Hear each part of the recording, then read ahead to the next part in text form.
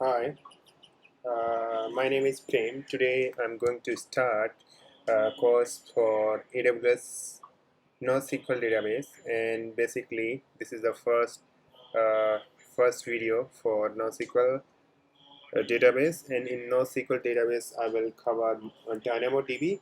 So the idea is here first.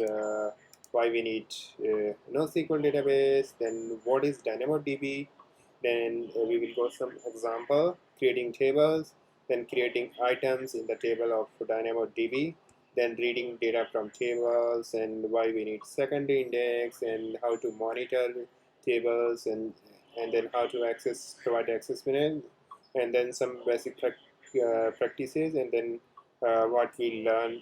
So this is feature we are going to do. So let me start with the first chapter. Okay, so why we need NoSQL database. So let me give examples.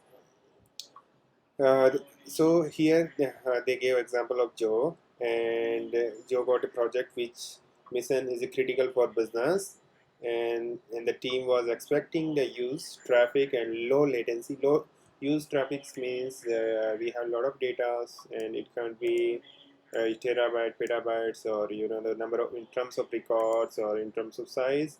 Latency means the delay between processing of the data. So low latency means it's a kind of real times. We need as case most of the startup there was a shortage of developer bandwidth and company couldn't afford the maintain run server. The boss asked Joe for efficient database option.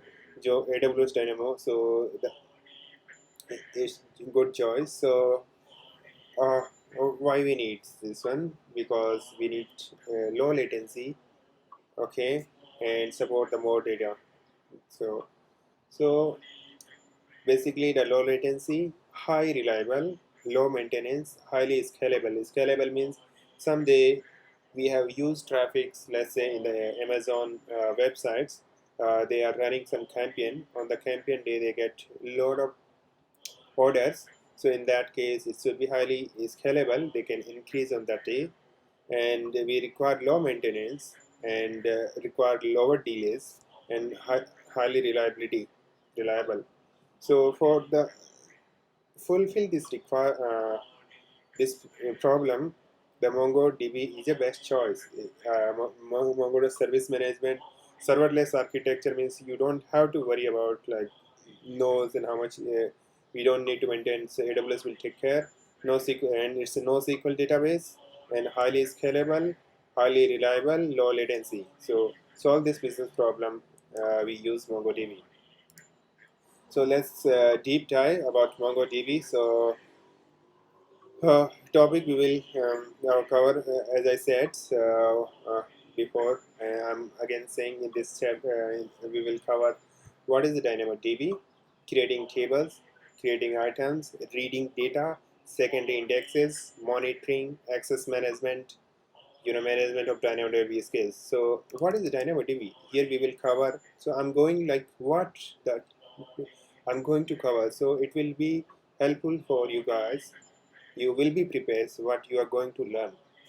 The first one, you will learn about NoSQL database concept and feature of DynamoDB. Then creating tables. So in the database world, the table is important part where the data will store. In this section, you will discuss flow for the table creation. You will also discuss the things to consider when the creating tables. Then creating item, we will discuss how to populate tables after the creating item, them. Reading data, after creation of and population data into table, we learn how to read from tables. This will make end of the basic section of the course, and following the section it will discuss of intermediate and advanced topic related DynamoDB. Secondary indexes. So in dataverse we have primary index key and the secondary indexes. So secondary indexes is also very important. Some cases when primary key is basically like selecting of data, but if you have multiple the where clause, then use the secondary indexes. So primary key, range key is good, but sometimes you need some more query power over the table.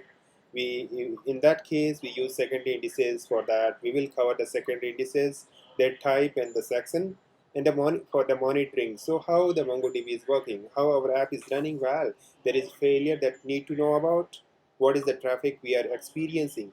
We encounter many such requests. Answer of this question, we need to monitor our database. AWS provide a monitoring capability from the CloudWatch. In this section we will learn about CloudWatch in detail. And access management. So there is always security concerns when we set up the service. We should be very careful while giving the access to different across the team. In this section, we'll topic access management with the help of IAM, is managing DynamoDB. Here we will learn about correct provision our DynamoDB for optimal performance and at the right budget.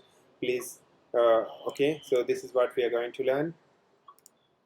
Now the next chapter is how to so as you know, good to know, sign up process and setting up budgets. So these three things I'm going to tell here, and so you guys can go here, the aws.com. I can also go in the browser. So you go here, okay. So I need to log in here. Okay, so account management billing control sections. I think you need to log in here and then use your name. And I have already created account, so I'm just log in. This is wait, you can log in. So I'm trying to log in here. Let me see if I can able to log in fast.